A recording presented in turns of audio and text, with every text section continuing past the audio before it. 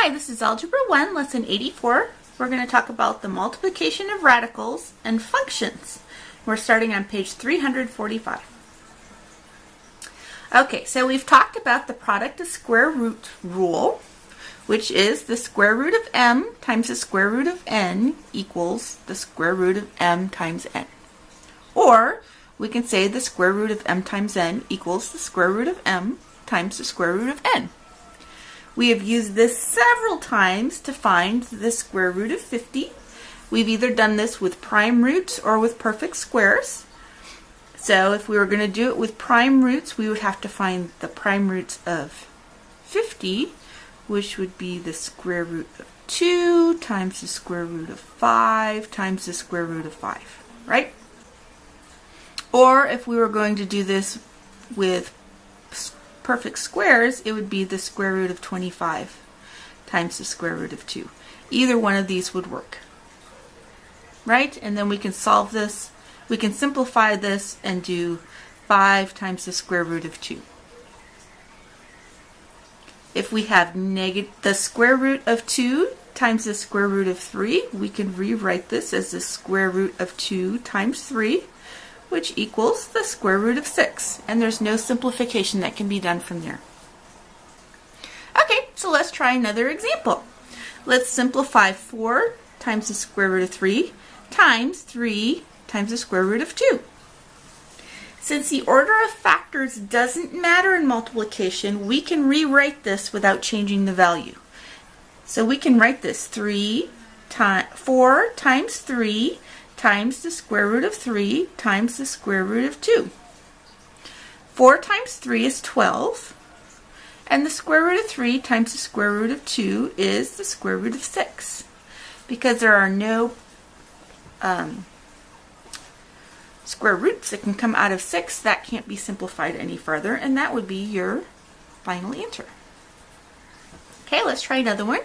Here we have 4 times the square root of 3 times 6 times the square root of 6.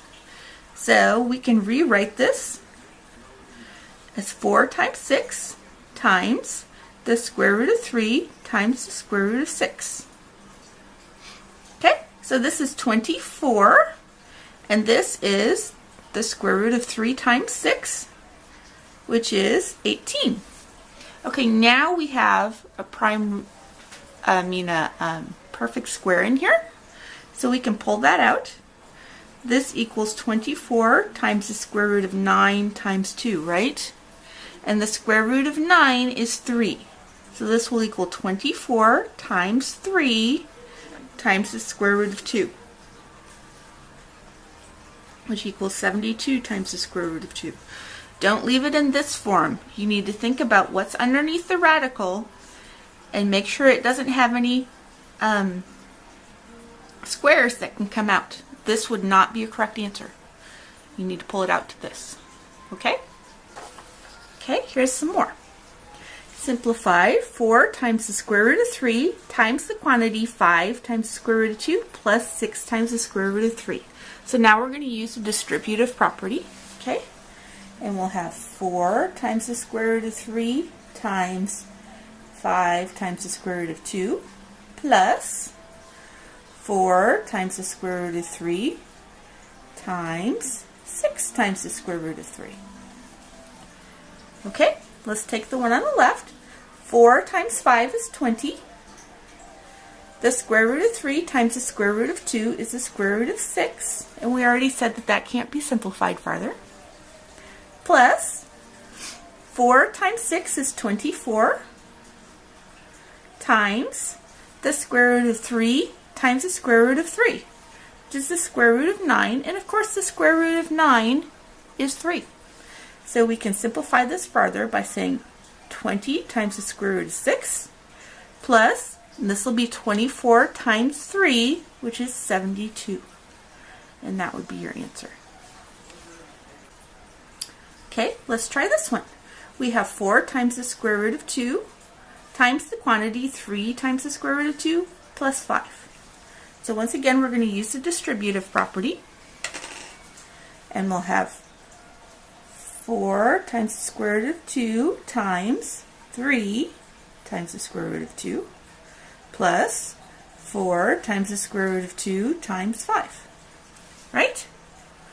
Okay, so when we multiply this through, we'll get 12 times the square root of 2 times the square root of 2, which is going to equal 2, plus 20, 4 times 5 is 20, times the square root of 2. And now when we simplify this, it's going to be 24 plus 20 times the square root of 2. And that's as far as we can go without a calculator. You can leave it in this form. Okay, functions. We remember that functions have domains, which are the inputs or x's. They have ranges, which are the outputs or the y's for any function, which is an equation, right? So today we're going to talk about a visible way to explain the relationship between functions, ranges, and domains. So we have this. If we put an input or a domain or our x into here, and we have a function here, when you put this 2 into here as the x, then what's going to come out is the range. So here's our function. This is the equation we're working with. This is our input. This is what we're going to put into the x. So 2 into this equation is going to be 2 squared plus 5, which equals 9. Okay? If we put 4 into this function, then now we have 4 squared plus 5, which is 16 plus 5, which is 21. So this is our output or our range. If we enter 7 into our little function machine here, then we put the 7 into the x. It'll be 7 squared, which is 49, plus 5, which is 54. Okay? For every domain, there is a range. But there's only one range. If it's a function, for every domain, there should be one range. Okay? When we draw functions like this, it's called mapping. And we can map the relationships map the relationships between domains and ranges without specifying the equation. So here we specified the equation, we showed the domains and the ranges. Over here, we're going to show just domains and ranges without specifying the equation involved. So here we have a domain of a domain of 4, which when put into a function, an implied function, gives us a range of 3. And we have a domain of 2, when put into this implied equation, also gives us a range of 3. And the question is, does this map show a function? In this case, the map does show a function because each domain has one range. So 4 has a range of 3. The domain of 2 has a range of 3. It is okay if 2 domains share the same range, but one domain can't have more than one range. Okay, so this would be yes, this is a function. Okay, let's look at this one.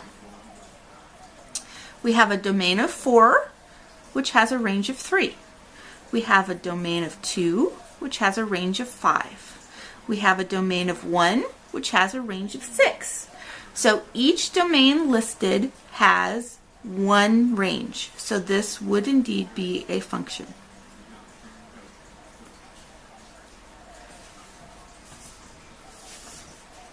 Okay, let's look at this map. We have a domain of 4, which has an answer of 3. The domain of 4 also has an answer of 5, a range of 5. And the 2 as a domain has a range of 6. This shows a relationship between every range with a This map shows a relationship between every domain and a range, but it does not show a function because the domain of 4 has 2 ranges. So this is not a function.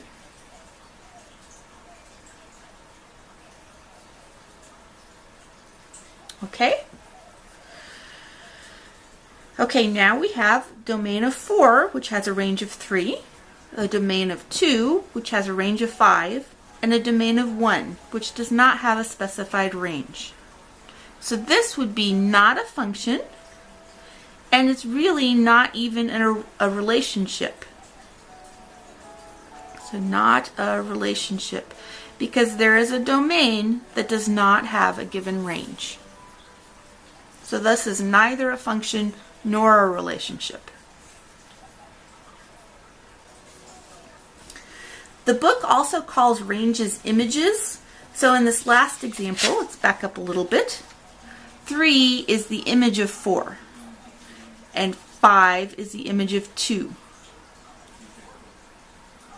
So a range can also be called an image. So 3 is the range of the domain 4, or we can say 3 is the image of 4 in this function. Or in this, whatever, if that was a function. Okay. We can show domains and ranges in ordered pairs. So this set of ordered pairs shows a relation because every one of the domains, every one of the x's, has a range. It has a pair. It has an image. But this does not show a function because here we have 4 with an image of 3, and here we have 4 with an image of -5. If a domain has 2 different ranges, then this is not a function. Okay? Let's look at this set. We have 4 and 3, 5 and 7, 9 and 3, 4 and 3, 8 and 14, and 6 and -3. So we have 3 3s here in the ranges. We have 2 4s, but the 2 4s have the same range, and it is acceptable to write an ordered pair twice. If the domain is listed twice, though, it has to have the same range both times. So this would be a function. This one's a relationship because every domain has a range. This set of relationships is also a function because every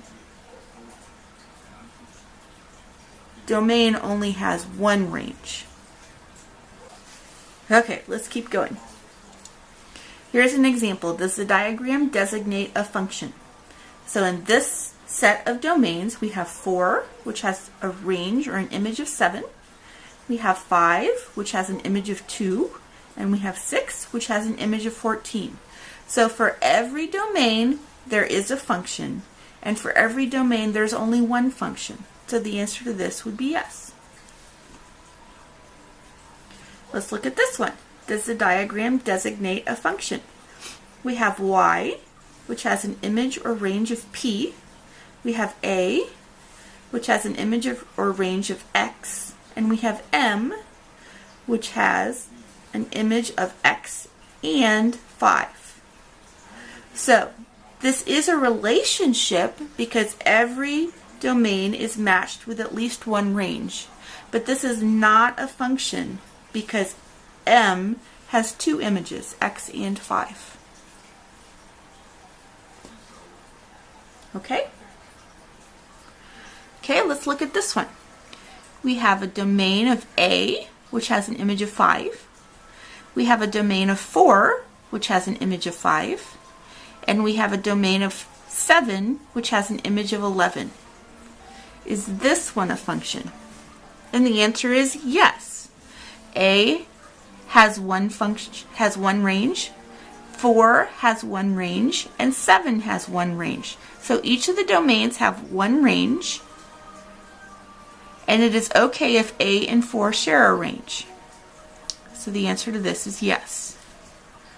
Okay, here's another one. We have the set of real numbers as the domain, and they specified the equation.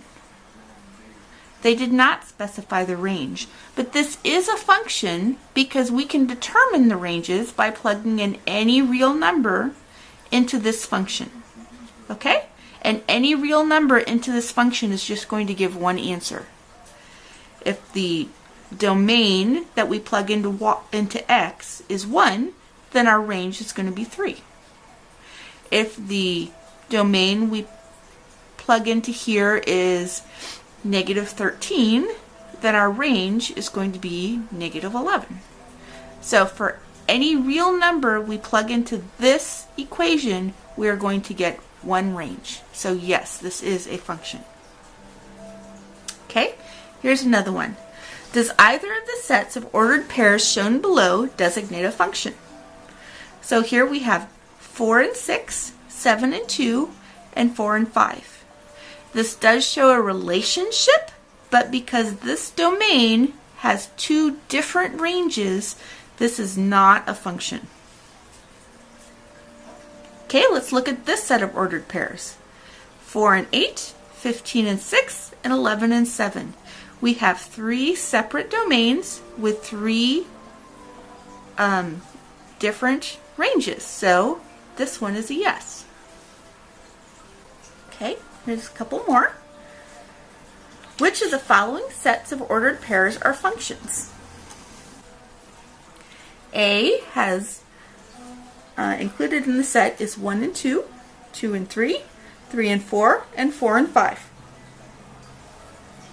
So if we look at the domains, each of the domains is different. It is not, none of them are listed twice, and they are each paired with a range. So this is a function. Okay, let's look at B. We have 1 and 2, 2 and 3, 1 and 3, and 4 and 5.